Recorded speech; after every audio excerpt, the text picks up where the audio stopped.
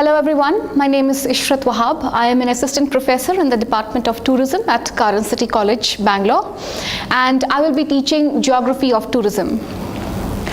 So we all know that tourism cannot exist without the existence of geography. Being a multidisciplinary subject, the various subjects that it is related to, geography is probably one of the most important and major subjects or areas of studies which tourism is dependent upon.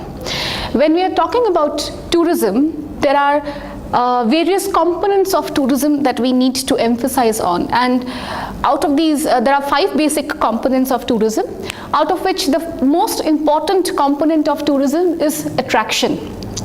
Now when we are talking about attraction, it could mean any resource which is naturally available, man-made resources, cultural resources, anything of that sort.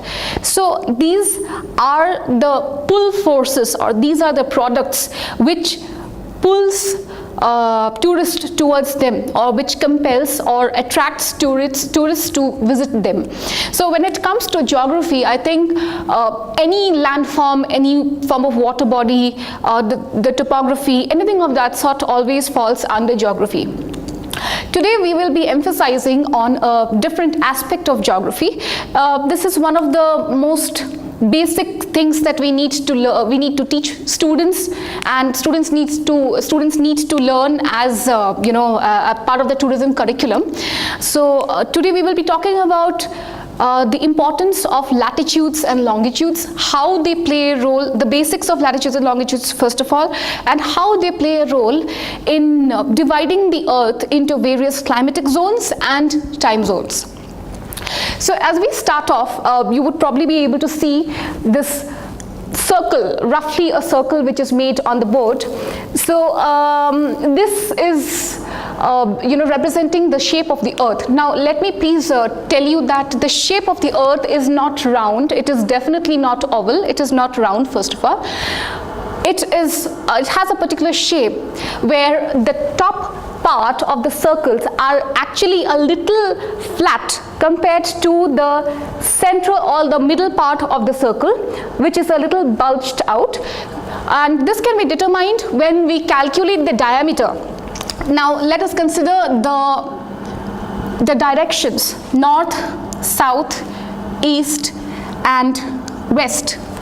So when we measure the diameter of the earth from north to south, it is actually lesser than the diameter if you measure it from east to west, which itself explains, which is self-explainable, that the shape of the earth is flat, a little flat on the top, and it is a little bulged out on the sides. Now this particular shape is known as geoid or oblate spheroid. I'm just going to write it down for you.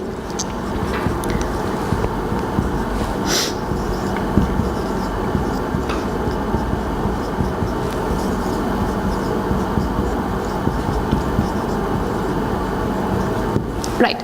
So gone are the days when people used to say that the shape of the earth is flat like a disc. Then people say that it is round, but scientifically this is actually the correct term, geoid or oblate spheroid. So when it comes to the shape of the earth, there is also something very important, that there are many imaginary lines that run through the surface of the earth. We must have all come across lines like equator, the tropics, the Tropic of Cancer, the Tropic of Capricorn. We know about latitudes, longitudes in general. But what are these imaginary lines that we are talking about? Let us emphasize on that today. First of all, let me just tell you that the axis of the earth, the x and y axis of the earth, is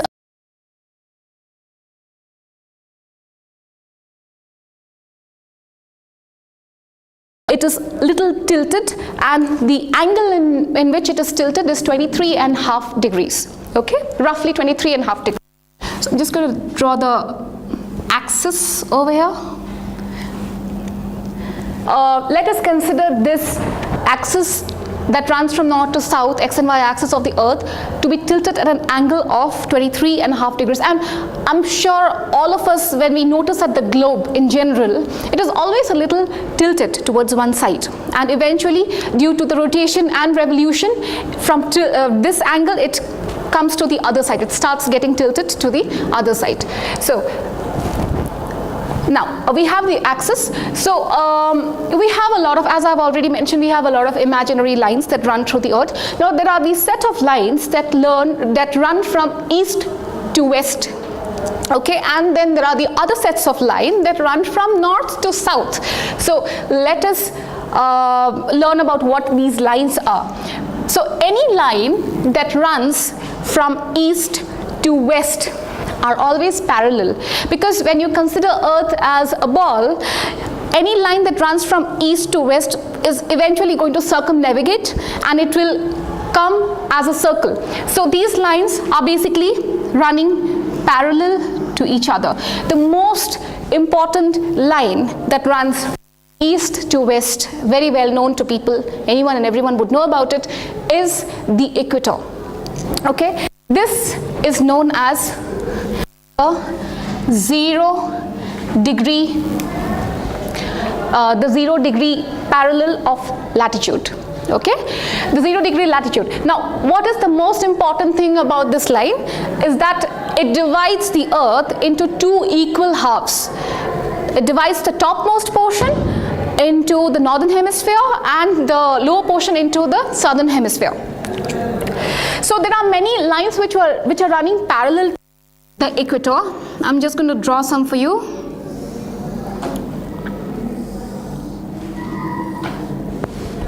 Similarly, in the northern hemisphere as well, we have lines which are running parallel to the equator. Now these lines are known as parallels of latitude. In simple words, if you want to define parallels of latitude, you can say that these are imaginary lines that are running on the surface of the earth. They run from east to west, west to east, and these are parallel to each other. Now when it comes to the numbers, there are specific numbers to all these lines that exist. There are 90 altogether, 90 parallels of latitude on the northern hemisphere and 90 parallels of latitude on the southern hemisphere. So that makes it 180 parallels of latitude which are running on the surface of the earth. Now there is another set of lines that we all know about that is known as the meridians of longitude. Now what are these lines? These are basically the imaginary lines that are running from the northern hemisphere to the southern hemisphere, the northernmost tip to the southernmost tip, and they are not parallel, they are actually touching each other on both the poles. And the most important thing is that they are more in number. There are 180 meridians of longitude on the eastern side of the earth and 180 meridians of longitude on the western side of the earth. Now how do we define which is east and which is west? That could be a lot of confusion. So we have one meridian of longitude which runs through London, that is known as the 0 degree meridian or the prime meridian. Okay, so that is probably the most important, equivalent to the equator, the most important meridian of longitude. And directly opposite to the meridian of longitude is something called as the international dateline. So these lines, these meridians of longitudes are very important when it comes to calculation of time of any place. Another thing that I wanted to mention over here is that the difference between each meridian of longitude is 4 minutes. Okay, we have a meridian and longitude over here. The next one would be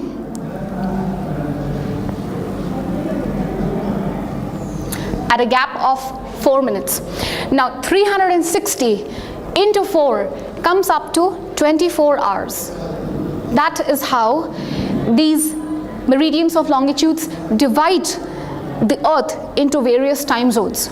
Okay, so based on the calculation, based on the position of a place, based on the latitude and longitude where it is placed, we can actually calculate the local time of that place. And the importance of the prime meridian is that that is the only meridian which is always taken into consideration when it comes to the calculation of time of any place. For that matter, when we talk about India is towards the eastern side. It is at 82.5 degree east longitude. So when we calculate the time, eventually we get to know that India is 5.5 hours ahead of London approximately. Okay. So we are done with the time calculation. How is it done? I've given you the basics already. When it comes to, I've already said that these imaginary lines can play a very vital role in dividing the earth into various climatic zones. So let's look at that. But for that, I'll just remove most of these lines.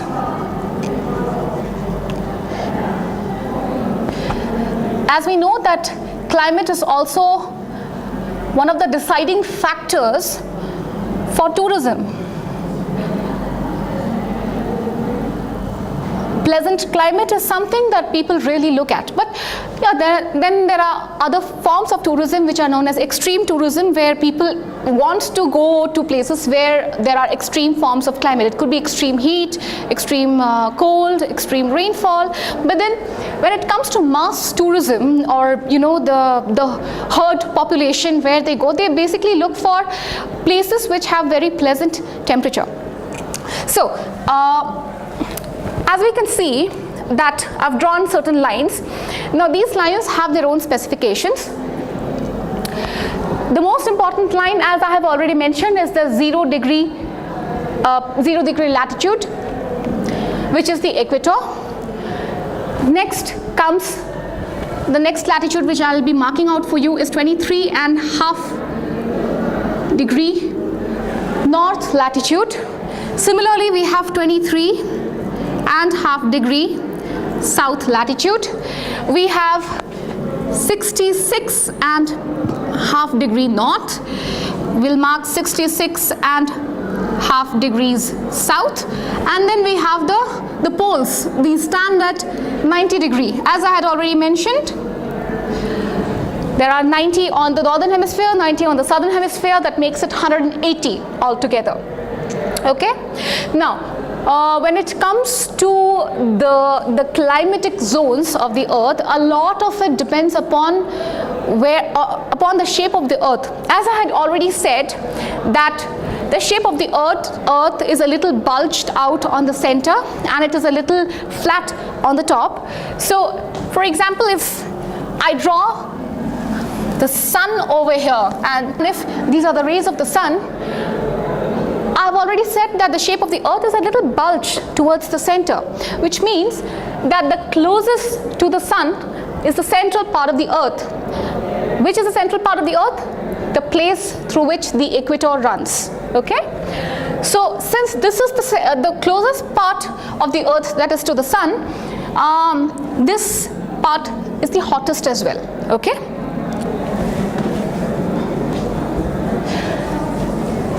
This part, or this climatic region, is known as the equatorial region. Okay. Now the specifications or the specialities about this region is that it is really hot. Throughout the year it is hot. There is just one season that exists over here, that is summer. It is summer throughout the year. Secondly, as I've said, it's hot throughout the year. Yeah, and then there is a lot of rainfall. What happens is, because of the presence of a lot of water bodies and constant heat, this water starts getting evaporated and it comes down in the form of rainfall. So this water cycle eventually leads to the growth of even more forests in this area. So the evergreen forests, the reason why these forests are known as evergreen is because it never sheds leaves. It's always green in color because of the constant rainfall and the constant heat. And this area is also very thinly populated because of the extreme temperature. People find it very difficult to survive in these areas. Okay, so the next, this actually basically runs from 0 degree to approximately 5 degrees north and south of the equator. First, on the top of the equator, first 5 degrees, and below the equator, again the first 5 degrees. Okay, so this is probably the hottest, in general, the hottest place on earth that exists over here. Now as we can see that there's a curve over here, eventually what happens is that it moves away. These areas, they eventually move away from the harsh rays of the sun, but that doesn't mean that they become extremely cold, nothing like that. They become the tropical areas. that exist on the surface of the earth. 23.5 degree north latitude is known as the Tropic of Cancer, and 23.5 degree south latitude is known as the Tropic of Capricorn. Now, because of the almost round shape of the earth, we can see that the tropics are situated a little away from the place where the equator starts. So because of this, as it moves away from the harsh rays of the sun, this area is comparatively much less hotter than the areas in the equatorial areas. Okay, so the first important topic that we have in the northern hemisphere is 23.5 degree north latitude, which is known as the Tropic of Cancer.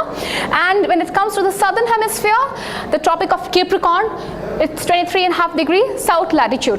Now, as we all must be knowing that 23.5 degree north latitude passes through the country of India.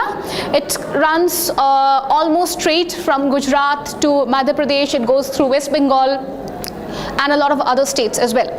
So the speciality about this region is that this region receives rainfall. The monsoon rain always ensures that it visits these areas of the earth. Okay, and it is hot.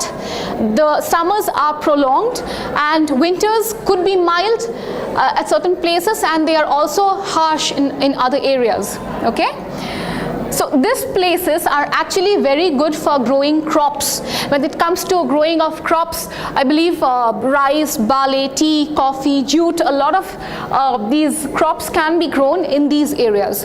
Now, the next area that I'm talking about, let me mark it out for you first of all. If this is the equatorial area, probably the tropical area would be prevailing somewhere over here, right across the Tropic of Cancer as well as Capricorn.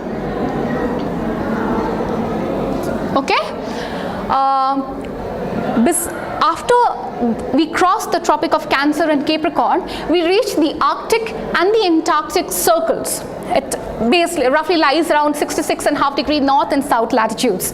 So these are the areas which enjoy the temperate climate. When it comes to the temperate climate, it is neither hot nor cold. In fact, this is the area which literally gets to enjoy all four seasons: spring, summer, autumn and winter. And when I say they get to enjoy all four seasons, you actually see these changes in the nature, you know, in the temperature, in the vegetables, the fruits, the trees, the vegetations, the behavior of the animals. It all changes according to this the change in the season.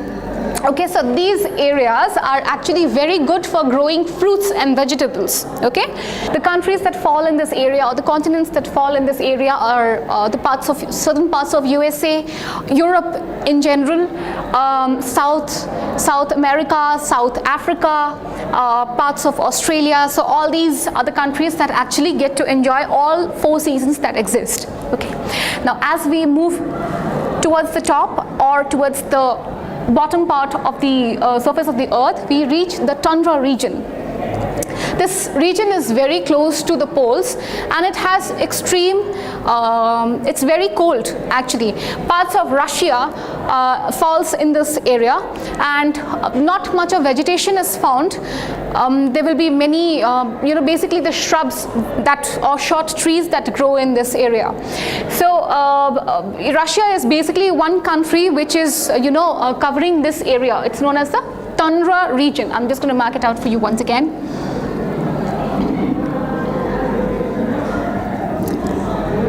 So the crosses basically stand for the temperate region,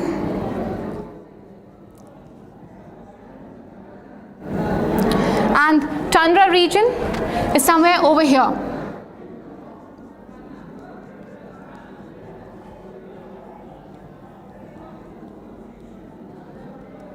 Okay, these, as I have said, there is the population there. In a lot of cities, the population is high compared to a lot of places which are almost deserted. Now the last area that we need to talk about are the frigid zones. So these are the areas which lie on the polar areas, the Arctic Circle, and the Antarctic Circle. That's where it lies. There is almost no vegetation over there. Very few animals live. Probably we can talk about the polar bears or the penguins that exist, and there are certain tribes of people that live over there known as the Eskimos. So the speciality about these two areas is that it is 6 months day and again 6 months night. So as the axis is tilted at an angle of 23.5 degrees, it takes eventually 6 months for that area to receive the light, and there is day for the next 6 months. Okay, so as I have already discussed with you regarding the various climatic zones of the earth, why is it so important? The fact is that any tourist resource, no matter how good or bad it is, whether it is natural or man-made, whether it is cultural resources or anything of that sort, any tourism product or a tourism resources greatly depends upon the location and the climate of that area.